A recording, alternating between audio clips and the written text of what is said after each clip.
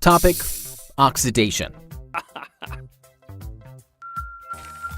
Why do papers turn yellow? They really do. You don't believe me?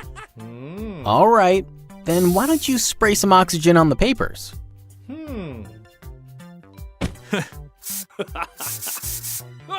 See, I was correct. Do you know why this happens? This happens mainly because of oxidation. Oxidation is a chemical process in which a substance combines with oxygen.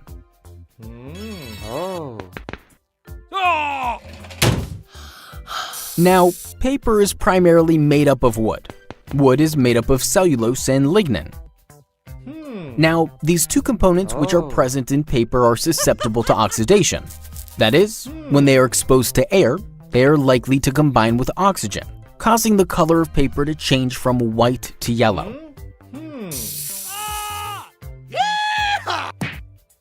But did you know that newspapers turn yellow relatively quickly as compared to books?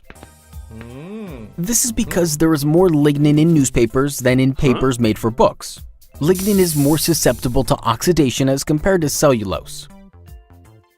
Hence, newspapers turn yellow faster than papers of books.